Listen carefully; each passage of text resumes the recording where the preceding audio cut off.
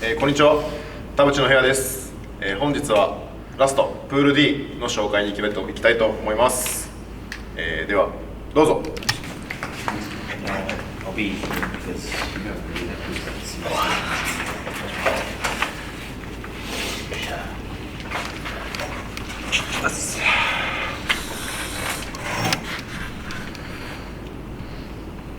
本日はセミシ選手とマイキー選手に来ていただきました。よろしくお願いします。今日はプール D ということで、本命はオーストラリアとウェールズかなと思うんですけども、まずは、セミシ選手、フィジー出身ということで。A little bit about Fiji rugby is they love playing that X Factor type of rugby. We all know they're pretty fast, strong. スピードと強さを使うラグビーですね。Not so much with into structure kind of stuff. They love those offload games. ストラクチャーというよりオフロードをしっかり使ってつなげていく。On top of my head, I think the only one I know that's straight from Fiji is the number 9, Frank Romani. ロマニぐらいかな、フィジー出身でフィジーでしかラグビーやってない選手ですね。スクラムハーフ。Obviously, a huge amount of Australia's game is based around playing structured football, having a really strong set piece, really strong forward pack who are good at the breakdown, and then having the ability to use their players in the back line, the dangerous players in the back line, like Korobetti, Curtly Beale, Salman Karevi, those kind of guys.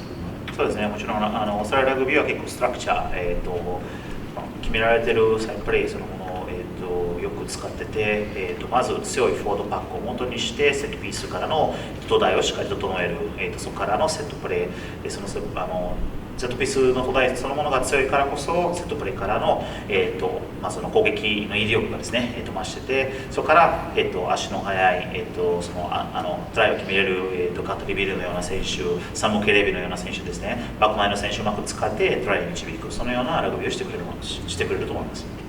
Two players to really watch out for in the World Cup will be Isaac Rodder and Rory Young, the two locks. I think they'll have a big World Cup.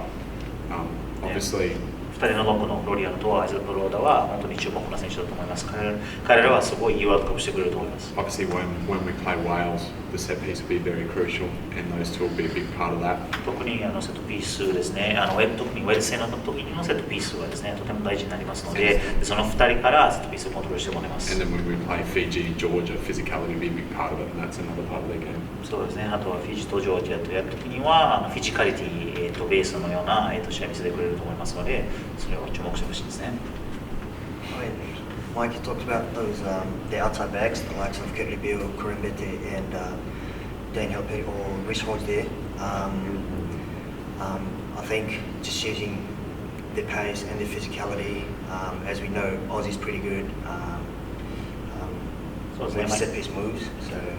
そうですね、特にセットピースからのセットプレーですね、決められた、その動きなんですけれども、それを、結構、ワードピースが本当にとても上手で、めっちゃいい動きしてくれると思います。で、マイキーに言った最初の2人のね、カートリビルとサム・ケレーブの、選手の追加で、リス・ホーチとか、デン・ハラペティだったりとか、やっぱりその大外のね、バックラインの選手はしっかりいい動きしてくれると思います。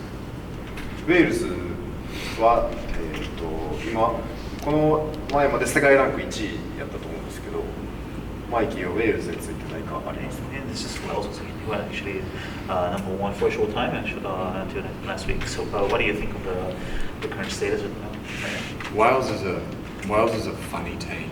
ウェールズは面白いチームですね。I mean, defensively they're the best team in the world in my opinion. ディフェンスのシステムそのものが本当に世界一のレベルだと思います。私が A big loss for them was Gareth Anscombe losing their playmaker. そうですね。やっぱりスタンドオフのアンスコム選手ですね。それを怪我で失ってしまったのがとても残念です。そうですね。In saying that, the centres that they've got and their ability to bend the line. And then obviously guys like George North finishing it off for them, they're going to be a threat. それでも今現在のミッドフィルダー、センターバックの選手たちがしっかり仕事をするし、真ん中にしっかり、フィールドの真ん中にしっかりアタックするからこそ、大外で、ジョージ・ノースのようなね、素早い選手が、いいアタックできると思いますので。First game, maybe Muzgashi.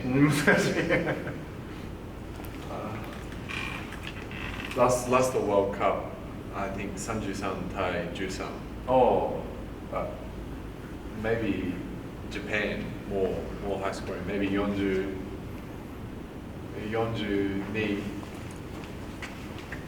no 42対24. Maybe.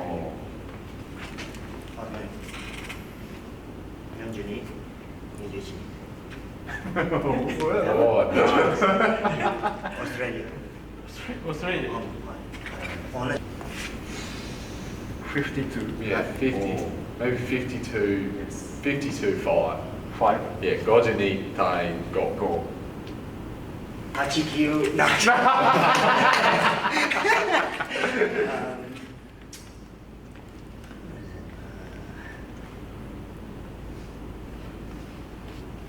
I'll go 40,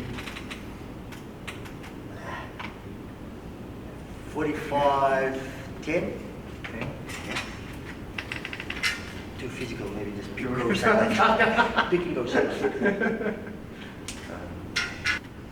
63対12. 63-12.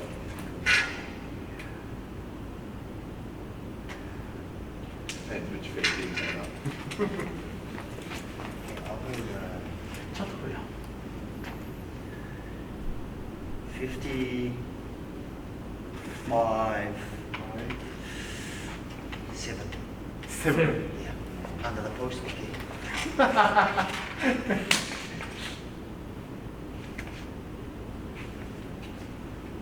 ライが好きやから点数が多いですね今までに比べて High scoring game.